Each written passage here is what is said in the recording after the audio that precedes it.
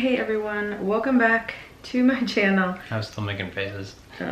My name is Jessie. If you're new here, this is my husband Ben. And Ivy's down here, you can't see her. She's currently in, well, she's always kind of been in a contact nap stage, but she's in like a big one right now. So we're trying to film this while she's contact napping. So if part of this is filmed today and another part's filmed a different day, you'll know why. We're actually doing a Q&A, so I have my phone right here. We got quite a few questions, so I'm gonna break it into 3 sections because it'll probably be a fairly long video. We're both very long-winded, so but I do want to try to keep it as succinct as possible, but there are a lot of questions that we want to answer. So I'm going to put it into 3 sections, which I'll put in the little chapters in the description box, so you can go and decide, you know, if there's a certain section that you're more interested in than another. The sections, or the sections, whatever, will be life, so anything surrounded around moving, living in Chicago now, that kind of stuff, money, and then Ivy/parenting. So those are the 3 segments we're gonna do. We'll start with life and then move on from there. We'll just get started. Thank you to everybody that gave us questions, and if I'm a little bit less animated in this video, it's because I literally cannot move. First question is pros and cons of living closer to family. Just jumping right in. Yeah, I don't really have a con yet that's associated with living close to family. I have some cons about living here, but mine, I don't really think I have any about close to family. I guess for me, I have a little bit of one. I don't know, it's just the flip side of the pro, really, which is like, people are always helping us. People are always helping us.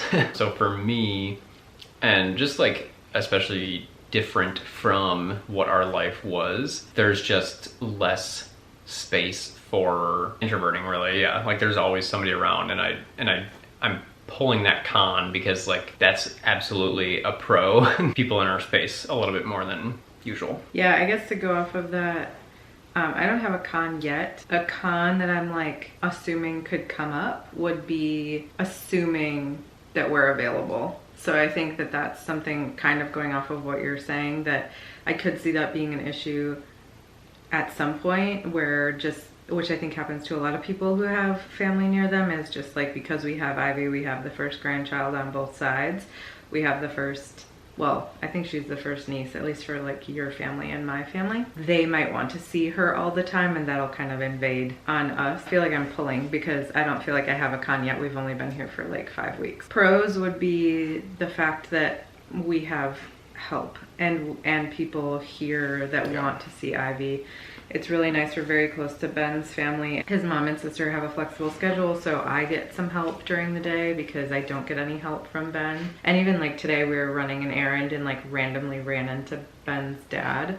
Like that's kind of nice, and that's something that in Raleigh we had 0 friends and 0 families. That never happened. You weren't gonna run into anybody. Do you have a quick pro, or is yours the same? Lots of support, and you know, you can just like see how much everybody loves Ivy and vice versa. You know, she's just really benefiting from being around people that aren't us. Favorite part of the new area we're living in? So fun fact, this isn't a new area for Benjamin. He grew up here. The 2 things are our immediate vicinity. Our backyard has been amazing. Like that, we're in it every day. And it's summer, of course, but like we're in it every day. It's just so much more relaxed, and that part. And then I would say, while personally I don't need or like ultimately really want to be in a busy area, it is nice to be able to get to stuff quickly. Like we could get to pretty much anything: shop, store, restaurant. I don't really know yet. I'm surprised that's not like a big one for you, actually. I thought that was gonna be like, I do like that we're closer to places, but my anxiety has me stuck inside. One thing that I do like is that there's a few more healthier food options, or just food options in general. And I like eating out, so it's been nice. Like we've been able to get like bibimbap, roti, like there's literally like so many options within 15 minutes of us, whereas in Raleigh there really wasn't, and really the only places we liked were like downtown or on the opposite side of Raleigh. So we have a lot more options for food here that I really like. There are things that I'm excited about when my anxiety isn't so high, like being closer to Target, being closer to like a gym. If I decide to go to a gym, having a really beautiful neighborhood that I can walk in, but I'm still working through some of those issues I'm having with my anxiety right now. How long do you plan to stay in the Chicago suburbs? I don't know. There's no plan. We moved back here, and I think you guys know if you watched any of our videos, we were excited to move back here for family, but that was really the reason we were moving back. There's nothing wrong with where we live, it just wasn't where we wanted to live, so I don't know. It kind of depends how things go, how Ivy grows up, if we decide to have more kids, all of that kind of stuff. I really have no idea. We could move at the end of this lease next year, which would suck because we hate moving, but we could. Or we could stay forever. I have no idea. What do you think? Same? Yeah, I think that's pretty fair. I think to answer any differently would just be a lie at this point. Like, right. It would just be, or completely a shot in the dark. Like, we just don't know. We're very much, and I don't know, we had conversations about this when we were getting ready to move out here, but it's like, we're just being present. You know, we moved here, we're just, trying to enjoy being around family and enjoy our beautiful daughter. And getting to see her with other people has been really amazing. Yeah, and so that's pretty much it. We're just like rolling with that. Next question, where will you move next? So this kind of goes with the previous one. Obviously we don't know, but I will say we could add some spice. Yeah, into we could add a couple of places that we would be interested in. Let's see, I'll just do mine quickly. If we were to stay in the Chicago suburbs and wanted to get out of this one, I would go back to Wheaton. I loved Wheaton. We've also looked at like west of Madison, we really like in Wisconsin. I'm from Wisconsin. We have family up there, so that's an option. The option to move back to Raleigh is always on the table, or move back to like Asheville or North Carolina in general. I will say one thing that Ben and I aren't necessarily on the same page about, for sure. There's been a piece of me for a long time that has felt really called to Colorado. So I'm not ready to squash that dream yet. And I don't know, that might just mean traveling to Colorado more to decide if that's actually something that I want to do, and see if that's something that Ben loves Colorado too. He's just not sure that that's where he wants to live. But those are a couple of options if we decided that we weren't gonna stay. Yeah, the quick response on Colorado for me was like, yes, it's beautiful. After living in North Carolina and being like near Asheville, or even like driving through the mountains of the Virginias, I'm like, well, if I can have mountains and it's super green everywhere, then I would just take that. It's so green in Colorado though. I think the difference and is weather it's and like different. Yeah, the weather, I would prefer the weather in Colorado. For me, Colorado is like flat than mountains, so I feel like you have more options to see the mountains versus neither of us really want to live in the mountains, in them. But that is why we aren't necessarily on the same page about Colorado. So it might not ever happen, but I'm just like not ready to give that up yet. I just want to keep trying just a little bit to see if it's worth. The actual actionable thing for like us out of this question is like, we need to travel more, and I think this being here provides us kind of a nice like home base, because we can actually use my vacation time to we have be traveling. Family that can help with the dogs. If you could change one thing about your new place, what would it be? Nothing pops into my head. What about you? Well, I wish it would have been cleaned. But if we go with the actual like house, I wish that the lighting was a little bit better. So we had amazing lighting in our house in Raleigh. I just feel like it's just because it's a split level home, so there's like small floors. It just kind of cuts off some of that. So we have a big window right here, which is why we're getting some light, but even that isn't a ton. Yeah, and it's northern exposure. That's a good one. I think I would get on board with that. We really love our like downstairs area, like the kitchen and stuff, but it's just like, if there were just like a little bit more natural light in here, it'd be so beautiful. I wish it wasn't like smack dab in the middle of, Schaumburg's metropolis. What is a Chicagoland area food place you missed while in North Carolina and are excited to have again? This is interesting because Ben's eating habits have changed since we moved. A lot. I'm noticing. Yeah, I'm excited for Gia Mia in Wheaton and my Indian place that I love, Indian Harvest in Naperville. Which are not Chicagoland things No. like by No, Nate, well, they're here, Chicago but land, yeah. but they're not in Chicago. In Chicago, I loved, what was it, Mercadito was like one of my favorite restaurants. Tuco and Blondie, Mexican restaurants, basically. But I have no interest in going to the city right now. What have you been eating recently? You have already had a couple times and you thought was like so funny that you had a taste for. Portillo's. I've been obsessed with fucking hot dogs. I don't understand. Like Chicago hot dogs. I don't know why. I think that was like... I'm getting over it though. It's not gonna be like a true... Yeah, which is funny because to Jesse's comment, like, I used to love Portillo's, and that like would have been at the top of my list before. That would have been my answer to this question. I'm finding out how much I'm really wanting to scale back on my meat consumption. The one thing that was really good actually was Rosati's Pizza. Oh yeah, because They had like a no sauce, like like a no cheese on it, and it was phenomenal. Like it tasted so good. So anyways. I will say I didn't like... Yeah, I know. Rosati You were girl. like... I was like... You're just not a pizza girl though. I'm really not. I do like Lou Malnati's. Yeah. That's good. Anyways, okay, moving on. Round 2. Yeah, to money questions. Oh, These Joel. are good. These questions are all good, but... Yeah, which, just want to say, we appreciate you guys with all these questions, because it's like, it's just really fun Yeah. to Yeah, we do love this it. and kind of have like a lifeline between us. Yeah. And I say this like it's my channel, but it's fun for me to be here and, Right. and talk to you guys. Yeah, and do this. he wanted to be a part of it too. What are your top 3 financial lessons you plan to teach Ivy? Money doesn't have to be hard. I think Benjamin and I are really working hard on changing our mindset around money.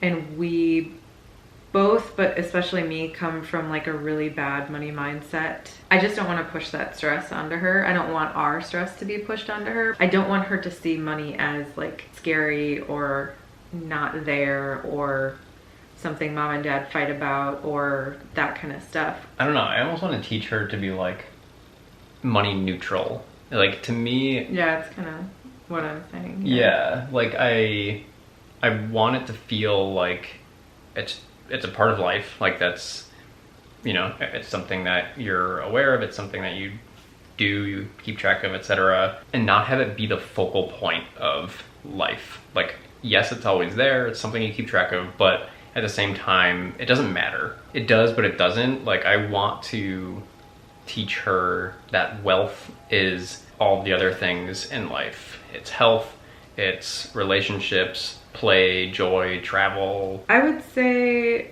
just like I would teach her how to budget. Yeah.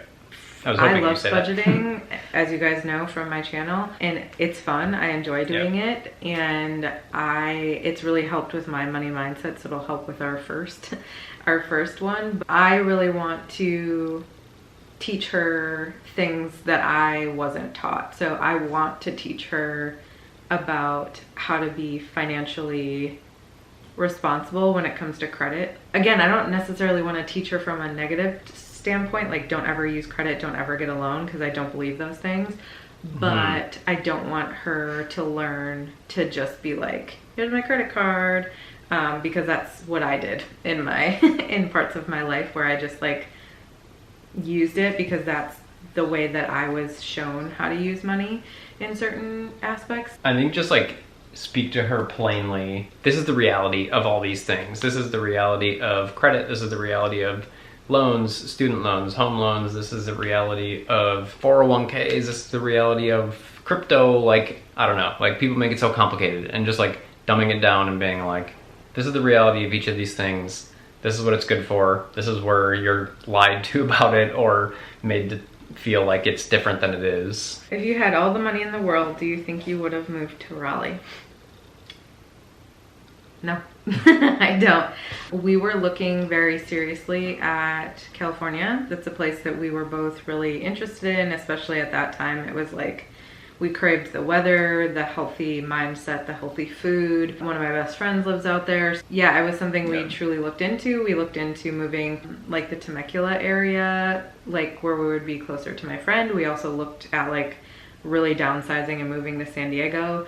And then we kind of had a moment where we were like, wait, like we want to save money. We knew at some point I was going to leave my job. We really had no full idea what was happening with Benjamin's business. Like at that time, we decided not to move to California because of money. So at that time, if we had all the money in the world, I think we would have moved to California. Yeah. But I'm not mad about our decision. Moving to Raleigh was amazing. Obviously, we loved it. We were able to get in a much better financial spot because of Raleigh. So yeah, we looked at other places too. We did look at Colorado. Yeah. We looked at Austin, Texas. We looked at Raleigh. Yeah, I think those are like the top four. Yeah, those are like the top areas, and Raleigh was by far the least expensive, and it had what we were looking at the time. At the time. It's a little bit different now. What money win are you proud of yourself for, even if really tiny? So we can answer these for ourselves or as a family. For me, it would be quitting my job. So while that's not necessarily a money win, it ties into that because we depended on my job in order to survive, but it was killing me slowly inside. So I'm proud of myself for leaving my job, even though that was like the scariest financial thing I've ever done, and for starting my own business and bringing in enough money at the time to like handle what we needed to be handled. What about you? I like laughed because mine's kind of the flip side of that, which is, I mean, we were in a place where we needed stability, and Jesse needed a break from like the corporate world. Like that just was not working. You were really overwhelmed and stressed with your business. Yeah, well, and I think even more so than that, I lost the fire. Like that passion, I was starting to realize that the impact that I want to make, there were other ways to do it, and I didn't necessarily have to do it via a business. And then we had the miscarriage. That really hit me in terms of like, I want to take care of, I want to start a family, I want to take care of and support a family. So yeah, getting a 9-to-5 corporate type job, having us, an income enough to put us in a good place and really start to dig us out of the hole that we've been in for the past few years, and it just felt really horrible to both of us. Just like quick timeline, if you haven't been watching our videos, I left my job December 2020, and he didn't start his job until February 2022. Yeah. So we did have a full year in there where we were just trying to make things work. And we did go into some extra debt at that time. Benjamin was driving Uber Eats. Like we were just trying to make things work.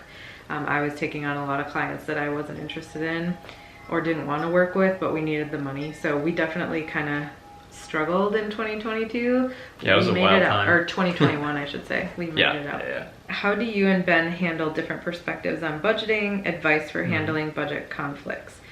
She gave an example of her husband would love if they allocated more money for fun, but she wants to make sure that they hit their savings. He seems more focused on short term, and I have long term goals, and sometimes it's difficult to not take personally. I will say we do actually have a video where Ben went through our budget and made his own budget to see, and we actually ended up being very similar. So that was kind of funny. Yeah, we weren't as off as I thought we were gonna be. Yeah. We luckily are basically on the same page now. I will say at different points in our relationship, it was a much harder subject because we had basically zero money. Yeah. We could barely, in some points, couldn't pay for our regular necessities, and then we would tend to fight over things like Benjamin wanted to spend more money on supplements and expensive groceries and I wanted to have money to get my nails done or to do something that made me happy because I was working a job that I hated so much. And we would like really butt heads in those moments. I love advice on handling budget conflicts. We didn't handle them well. I will say couples therapy was really helpful for us just in general as far as like communication. For me, once I felt like Ben started taking the budget seriously and would actually like pay attention to what I was doing. He doesn't spend a lot of money, but when he does spend, it tends to be like a higher ticket item. So that's where we would butt heads. So just like communication, being open, really making sure that he's a part of the budgeting, and if he wants to be, to let him give input where it works, and like try to come to a compromise about the two different things. We still struggle sometimes about stuff, and we'll see now that our budget will be tighter here than it was in Raleigh just last year. So we were able to be a little bit more frivolous, whereas now we won't. We'll keep you updated because I'm sure we're gonna have a few more times. A lot of it is just communication. When you feel strongly about something, like usually the first step is trying to figure out why you feel so strongly about it for yourself so that you can then communicate it to your partner. Ivy's joining us. I woke up. We'll see how long this works. Really understanding what you want first and foremost so that you can communicate that. I do think at the end of the day though, it's just hard. It's really hard. Money is just one of those things that if you are sharing finances, there's going to be times where you can't fully reach a compromise, or you'll have to like do it somebody's way for now and then like later on do it the other person's way or something like that, because it's just hard. We're actually moving on to the Ivy/parenting section. So oh, look at that timing. Perfect timing. It's about you, dude. A favorite type or style of baby clothes for Ivy, and this is coming from her aunt who bought her whole wardrobe basically. So all of those clothes. Yeah, Tia Francesca. Let's see, we really love Kite Baby. We've gotten a few things from there and just like the super soft bamboo, but we don't want to spend that much money to have her whole wardrobe be that. Her sleep sacks also from Kite, and her sheets. I don't know, I would say like we were super into the like gender neutral clothes before we knew if she was a girl or boy, obviously. But now it is fun to put her in like little girly outfits. We really like little bows sometimes. She'll keep them on for a little bit. I'm excited for like winter and like, you know, fall. Oh, I'm not excited for winter, but I'm excited for clothing in winter for her. Why? Can you imagine her in a little like beanie? You want to do layers? She's gonna be so cute. I'm not about that life, Vibes. He's gonna be cute. I don't want to do layers. Do you have any favorites? Bows. Bows? Just the bows for me. Oh, bows. Like hair bows. Yeah. They kill me. We do They're love so hair bows. cute. They're so cute and Yeah, pretty. especially like the little, like really thin band ones. Yeah. Those ones are nice. We prefer that versus like a thicker band. What's the best and hardest part of parenting so far? Another question that was similar to this was favorite part of motherhood/fatherhood for Ben. This is like hard to answer quickly, and you're just gonna be staring at Ben making weird faces this whole time. The best part of parenting so far is how much I ended up loving it. I wasn't sure my whole life if I wanted to be a mom, and I was really nervous going into being a mom that I wouldn't connect with her or I wouldn't like it. I've loved it. It's very much been like, I feel like it is like my purpose to be Ivy's mom. Not maybe my only purpose, but part of my purpose. I've never loved literally anything more than I love her. And it's like a very all-consuming love, and it's really cool to feel because I've never felt that before. And then I would say the hardest part of parenting so far is, we were just talking about this. For me, the hardest part of parenting is that there's so much information and it's very overwhelming, especially like I'm dealing with postpartum anxiety and OCD. So I get really stuck in fixations. I get really worried about stuff, very anxious about certain things.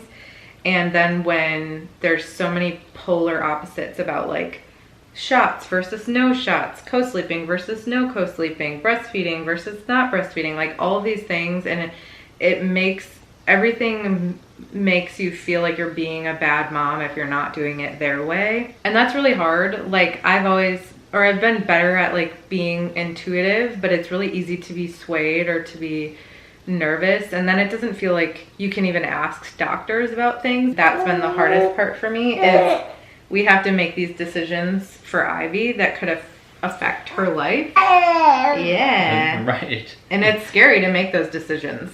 And there's so much information, it's hard to decipher what's right for you. I don't know. It's like everything, yeah, like to like experience that love that you have capacity to feel that way for another human being. And this is somebody speaking, like as a deep feeler, somebody who's always like connected with, I don't know, like felt deeply on many levels. It's just, there's nothing like having a kid, and it's just amazing. To me, it's also just like super cool to watch her grow. Like she literally changes day to day, and so just like it's just amazing to me. It's like so fascinating. Also just like seeing Jessie be a mother, especially when we had conversations early in our relationship when we were on opposite ends of the spectrum in terms of I knew I wanted to be a parent and a dad, and she didn't know, and we had some like hard conversations around that. It's really cool and just beautiful to see her thriving with that. Hardest part, I think the easy thing to say is just like the fatigue. but like the whole fatigue. We were talking about that too, right? Like mentally, physically, emotionally. I'm going back and forth. On one hand, I'm like, the hardest thing is how much it changes your life in terms of like the amount of freedoms and things you don't have anymore. Yeah. I think I was pretty much ready for most of that and matured and, mentally, emotionally, spiritually to be in that place. But I've been struggling more recently with like the complete lack of free time that I have between my job, working full time, doing stuff around the house, because I'm kind of like the project guy. Jessie's the day-to-day cleaning and stuff like that. And then, obviously spending time with her. And so I am struggling with that piece. But I think what maybe takes the cake for me is when you disagree with your partner about the way something should be done as a parent. Yeah. Now, I will say that we're fortunate in that we align on most of the things that we align like base level, like important stuff, but some things we might be a little wishy-washy on, or like they seem little but they're not little when it's a baby, it feels way bigger. Right. Or kind of like again, similar to the way I answered the money question, just like when you feel really opinionated about something and your partner feels really opinionated about something also. Yeah. And you guys are both just like stuck in those opinions. And again, this is fortunately not like a normal everyday thing, or like you were saying, not on like major issues. Sometimes it also comes up when you're both tired. And Benjamin and I are also both very stubborn and both think that we're right all the time. How has motherhood or fatherhood affected your family relationships? Motherhood has made me not put up with people's shit, whether they're family or not. Pregnancy started that. You really start to notice people, family, friends, anyone, caretakers. Like my chiropractor was the most supportive woman I've ever met in my life, more supportive than anyone else was besides Benjamin. So you really start to notice people that care for you and are there for you in like for me, it was a very hard time of my life. Postpartum was very hard. It's still hard. So you just notice the way that people treat you, the way that people treat others, and what you want your kid to be around and what you don't. I am more confident in that than I ever have been. I feel like I was definitely more of a people pleaser until I got pregnant. Now I kind of swung the opposite way. So now I don't want to be like a complete bitch. Like if, I want to still be like, be able to compromise and things like that.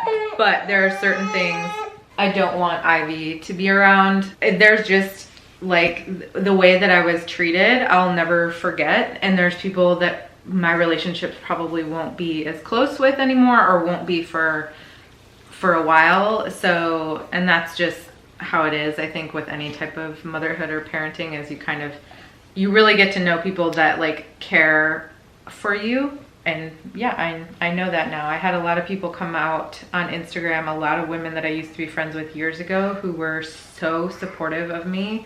Like, I could cry, like, so supportive. And like I said, my chiropractor was the most supportive woman I've ever met. So I'm grateful for that. But on the opposite side, you also get to see what other people feel about you. That was a long answer, but how has fatherhood affected your family relationships, or just your relationships? Well, I'm gonna get her a toy.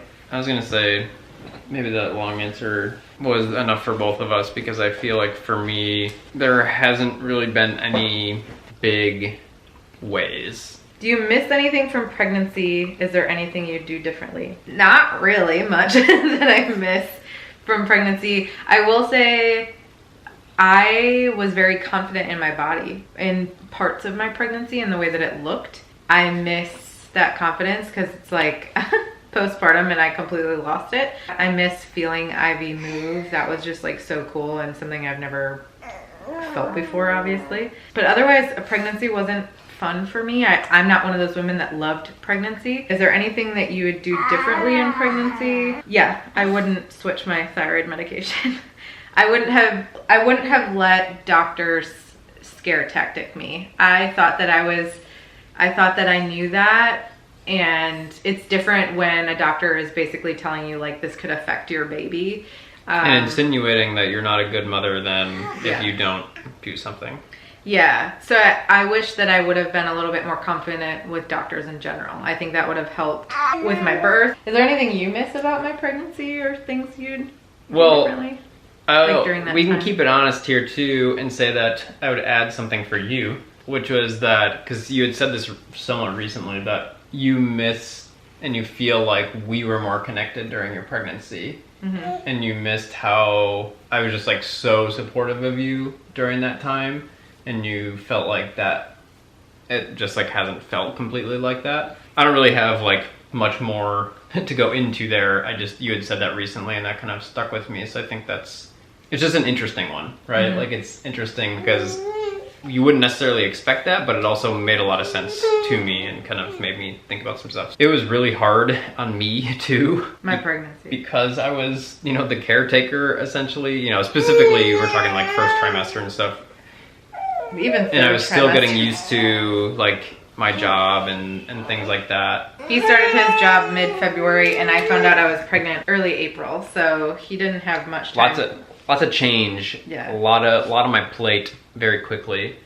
But it felt really good to do that. It felt really good to be the man of the house and like all the ways. I was like keeping the place up and running and felt good to do that. It was a hard time for everyone. There are the magical moments of it, like Jesse was saying, like, feeling Ivy move, like going to some of those appointments, the ultrasound and just like seeing her in there. And, especially the first kid, you're just like, your mind is blown. Like, this is growing inside like, you guys made this. Like, there's just all that stuff is just crazy. How has your marriage strengthened or gotten more challenging since having a kid? These are great questions. Yeah. You guys are killing. Honestly, our marriage strengthened during my pregnancy because Benjamin really proved to me how supportive and he could be for me and how much he could take care of me. Whereas quite frankly, I didn't always know that he could or would do that for me or our family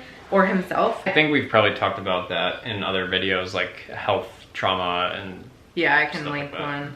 But yeah, so I think that really strengthened our relationship a lot, like hugely for me. Yeah. As far as more challenging, I would say since having Ivy, it's become for me more challenging in the sense that I'm annoyed with him more. And I think that that's just normal, like when you're super fatigued and making decisions that neither of you know what to make, or he's just trying to get a minute to himself and I'm talking to him and he's not listening. Or I feel like one thing that I really struggle with is I feel like I can get more done in amount of time that he can. So when I'll come home and I had just ran an errand and he hadn't changed the diaper, he hadn't fed the baby yet. He hadn't done all this stuff. And I was like, well, what have you actually been doing? So I really struggle with that. And quite honestly, it's been very challenging to not get into fights, to not be like mean to each other. And there have been times that we've fallen back into that pattern. It's still challenging with like mental health issues. Like I said, also just fatigue and just a lot. Like our lives changed so much. Watching him be a dad with her is amazing. Like I always knew that he would be a good dad. She adores him and it's like so cute, and like all the things that I think are annoying that he does, she loves, so I can't be mad at him about them. Well, I can, but I can't vocalize it. It's hard. I don't think that we like hate each other or anything like that, but it's definitely been hard not to be annoyed with each other during this time. I think apparently my theme is communication for this video. The challenging part, because we continue to come back to this conversation, is like, and again, nothing new here. We're not reinventing the wheel. Pretty sure every parent has this, but we were both very independent people before. We loved each other, but like independent people, had our own interests and things like that. We are not like tit for tat. Like, although it's hard not to do that sometimes. Right, which is what I was gonna say. Is just like you find yourself doing that because like you just feel like your back is against the wall and you don't have enough time and you haven't gotten to do what you want to do, and so you approach the other person and you're like, they say one little thing and you just kind of like, bleh. That part is really hard. Strengthened, seeing your partner be a parent is just really cool. It's really rewarding. I think it provides a dimension to your relationship that you don't get otherwise. And if, you know, having kids isn't your, you know, it's not your purpose, it's not your thing, that's totally cool. But I do think it's like, you cannot have this dimension of your relationship without a kid, because it just opens things up in a very different way. You get to see how your partner is with another human being, how they're taking care of it, how they are treating you now, you know, how they respect you, or in moments where it feels like they disrespect you. So yeah, that's the part where I think it strengthens, because you do have this other dimension. It allows you to connect in ways that you didn't before, and I think that's been meaningful. Do you plan on having another baby in the future? I don't know. If you would have asked me right after birth, I would tell you no. I think since then, I've been less immediately no, but I don't know. If we do, I'll link my birth story here and you can see why. But if we do, I would be very particular about the type of birth that I would want and would hope to have. I know Benjamin wants more kids. I think initially I wanted more kids.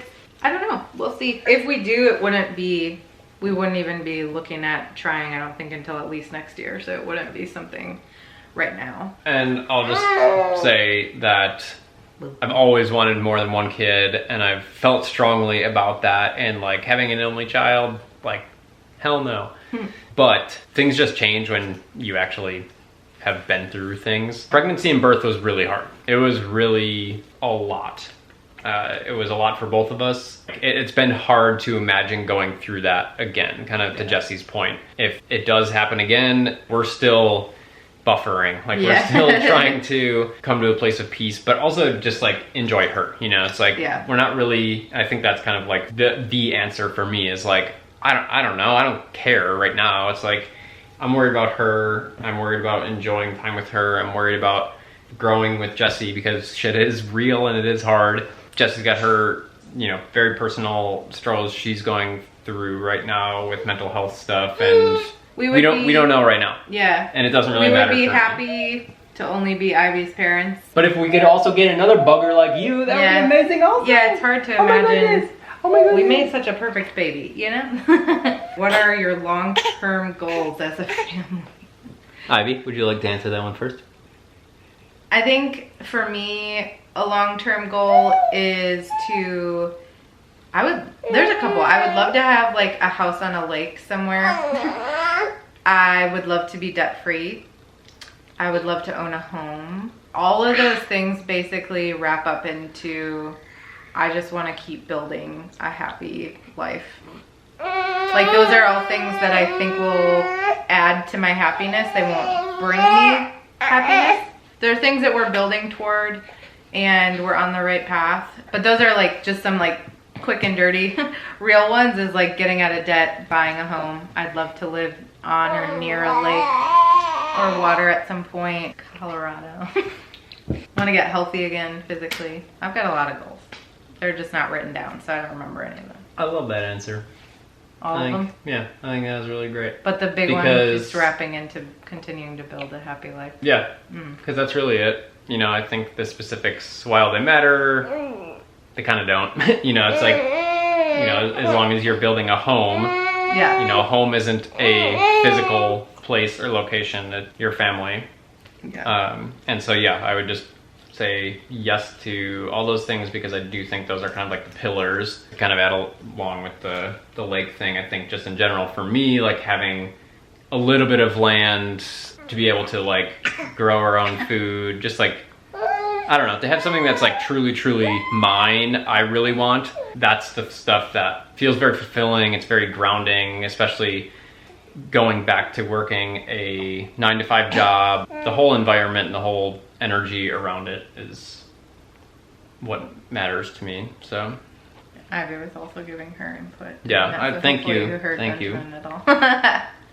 Those are all the questions. They were amazing questions. Thank you so much. Maybe we could do these more often so that we don't give you an hour-long video. But if you watched it, thank you so much. We appreciate it. Thank you for supporting our family through all of these crazy changes that we've had. Yeah. And make sure that you like the video if you haven't already. Subscribe. And we're going to continue to try to grow this community this year. Right, Ivy? Yeah. Thanks for watching. We need to go feed her and turn the air conditioning back on because it's like 90 degrees out. Thanks, y'all. Bye.